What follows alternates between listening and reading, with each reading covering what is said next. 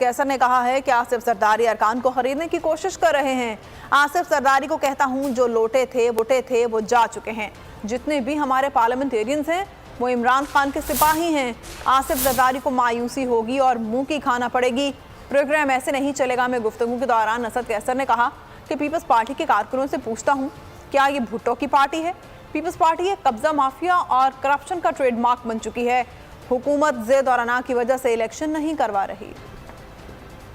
कोशिश कर रहा है, उधर बैठा हुआ है, लेकिन उसको पता नहीं है कि जो लौटे थे तो वो तो चले गए हैं।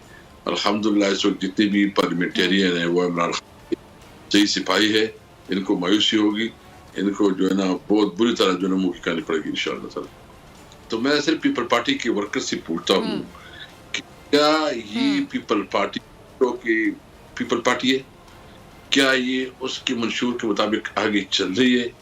क्या ये पीपल पार्टी जो है ना भुट्टो के जो आइडियोलॉजी है उसके मुताबिक जो ना, ये तो एक कब्जा माफिया, ये तो वो पार्टी है कि जो इस वक्त करप्शन के लिए एक बहुत बड़ा ट्रेडमार्क बन गई है।